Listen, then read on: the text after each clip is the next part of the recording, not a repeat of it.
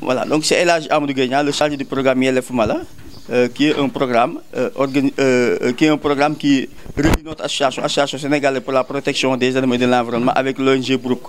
Donc depuis 2015, nous travaillons pour participer à l'amélioration du bien-être des équidés dans la commune de Thiès et de Fandène. Et aujourd'hui, nous sommes réunis ici pour renforcer nos animateurs.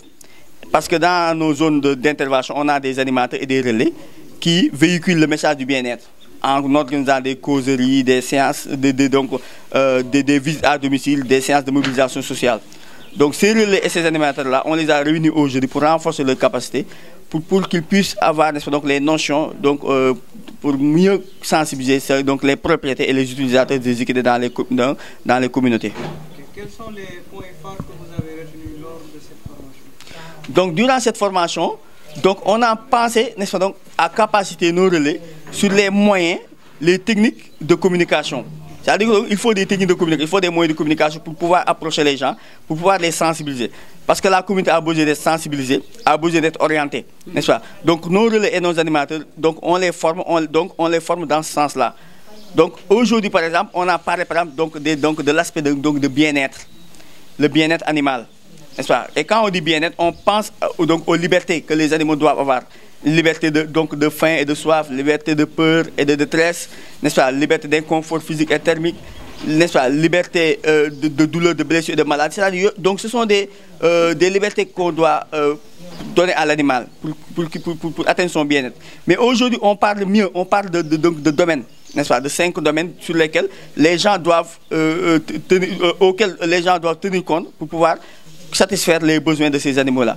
Donc on parle du domaine de nutrition, parce que quand on parle de nutrition, ce n'est pas seulement de donner à l'animal à manger, mais aussi de tenir compte de la bonne nutrition. On parle de santé, on parle de comportement, mais aussi on parle d'environnement, mais aussi on parle de domaine mental. Parce que à chaque fois que l'animal n'est pas bien nourri, ou bien que l'animal n'a pas de bonnes conditions environnementales, donc cet animal-là a des répercussions, reçoit ces répercussions de manière mentale, n'est-ce pas? Donc ce qui veut dire que donc, on a donc choisi de travailler sur ces 5 domaines-là pour étendre, n'est-ce pas, donc, le bien-être sur les équidés.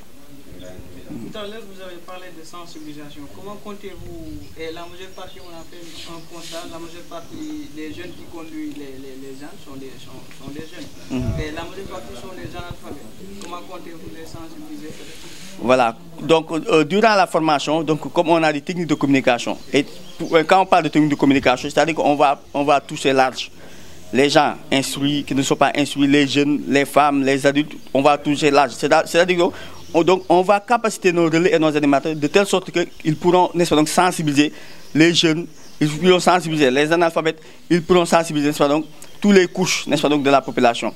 Donc ces sensibilisations-là, ils le font tous les mois, chaque mois, dans chaque zone, dans chaque village, nos relais et nos animateurs descendent pour faire ces causeries-là, ces séances de sensibilisation. Et aussi, donc, ils font aussi en même temps des visites à domicile pour pouvoir renforcer les sensibilisations. Revenez un peu avec nous sur l'effectif des participants. Donc aujourd'hui, on a la formation concerne 17 animateurs. C'est-à-dire que donc, on a 46 villages dans la zone de Fandène, n'est-ce pas?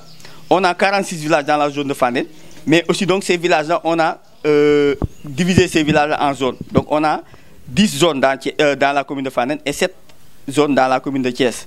C'est-à-dire que donc on a 10 animateurs dans Fandène et 7 animateurs qui sont à Thiès. Donc ces animateurs-là polarisent des zones.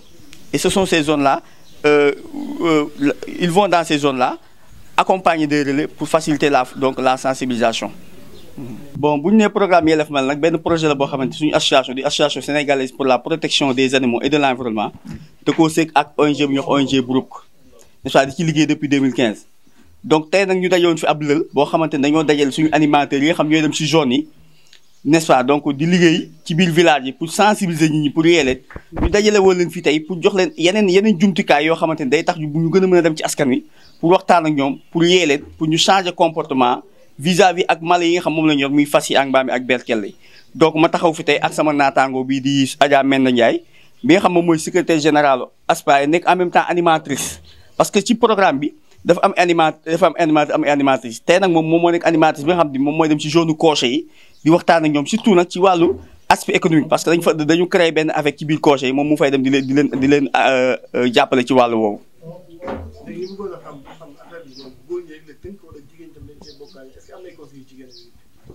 waaw xam nga boo nee fas ak mbaam loo xamante ne la ku ne mën na ko am muy góor di jigéen donc borom bi ñun borom bi moo ñu yitteel bu ñu nee borom fas wala borom mbaam nag xool ñu ci jigéen xool ñu ci góor parce que boo demee ci askan wi képp ku am fas wala nga am mbaam jigéen nga wala góor nga xale nga wala mag nga ñun borom bi moo ñu yitteel donc ñi nga xamante ne ñoo yor képp ku yor fas ak mbaam rek ñun kooku la ñuy waxtaanal donc propriétaires yi nag am na jigéen am na ay góor surtout ci wàllu mbaam yi boo demee ci dëkk yi bëri na ay jigéen ñoo xam ñoo am mbaam yi peut-être fii Thiès nag amul cocher boo xamante ne day dawul witir yore nekk jigéen gisuma ko fi mais boo demee ci biir dëkk yi wax dëgg yàlla ay boromi fas boromi mbaam ay jigéen lañ comme ay góor lañu waaw. ndax am na ñoo xam ne tey exemple ñoom ñii comme ñoom ñi tey war nañ ko dem seen moroom jigéen rek am waaw xam nga formation bi du guléet bii mën naa ni bu ma ko doon natt rek ëpp na ci fukki formation yoo xam sekk nañ ko ak ñoom ñii di animatrice yi di animateur muy jigéen ak ay góor yoo xam dañ leen di yónni ci askan ñi dem di waxtaan ak ñoom donc ñoom dafa am lim ci ay jigéen am lim ci ay góor yoo xam dañoo bokk ci programme bi ñoo xam ñoom ñooy porter message bi voilà donc dañuy tànn ay relais wala tànn ay animatrice rek xool ñu ci góor xool ñu ci dañuy xool ku am compétence bi te boo xoolee ci wàllu engagement communautaire sax jigéen ñi dañ cee bëri ñoom ñoo ci gën a ëpp jot donc ce qui veut dire que programme bëri na ay jigéen trop.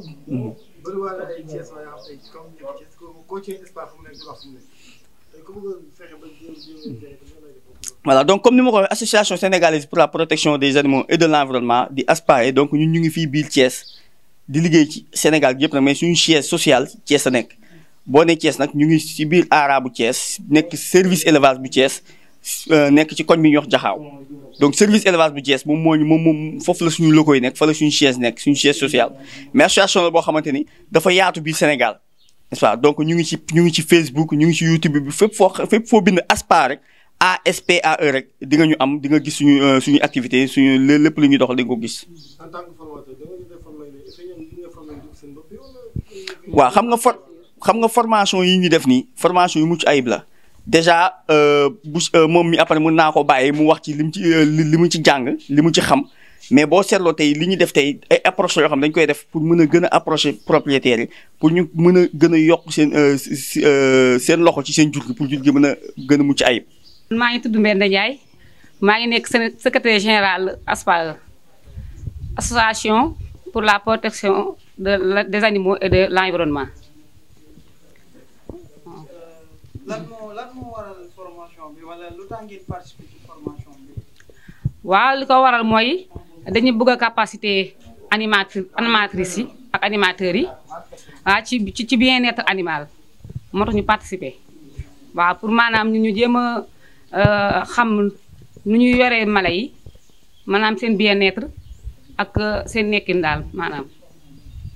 gis nañ ci yéen boo leen jógee noo leen di préférer partager information ak seen yeneen. waaw en tant que animatrice bu nu fi jógee dañuy wàcc si base bi su ko defee daal di vulgariser li ñu fi jàng maanaam jéem a formé waat tamit ñi nga xam ne moom la ñu bàyyi woon jéem leen sensibiliser jéem leen lépp si loo xam ne moom lañu jëlee fii daal waaw. formation bi ban njëriñ leen amal. formation bi am na njëriñ parce que tax na ñu xam lu bari ci maanaam équidé yi.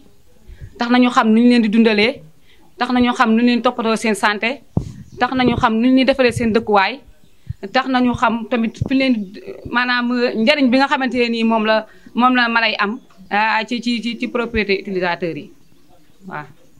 après formation bi mala yi dinañ am jàmm. waaw naka jekk saa ñu formé bu ñu jógee parce que bu ñu xoolee suñu jógee 2009 xaw ma 2010 ba léegi xaw ma 2015 ba léegi ñun ñi si bokk yëpp ak gox yi ndëkk yëpp.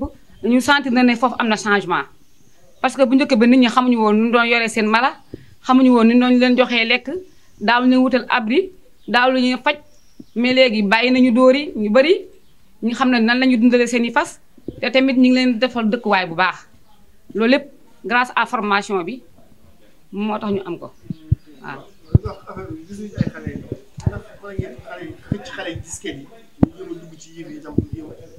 waaw loolu lépp suñu mbébét la parce que président mi ngi doon wax ne suñu fi jógee maanaam dañu war a wàcc si école yi xam nga pratiquement xale yi si école yi la ñuy nekk waaw dañuy wàcc si école yi léegi nag di waxtaan ak xale yi comme ça ñu am xale yi dañuy nekk au courant même bu dul loolu saa ñu amee sensibilisation xale yi dañuy ñëw ñoom ñoo gën a sawar sax maanaam pour ñu fekkee même seen parents ñëw bu ñu fekkee ñoom bu demee dañuy nettali moo tax fi ne nii am na satisfaction daal bu baax waaw ci formation yi ñuy def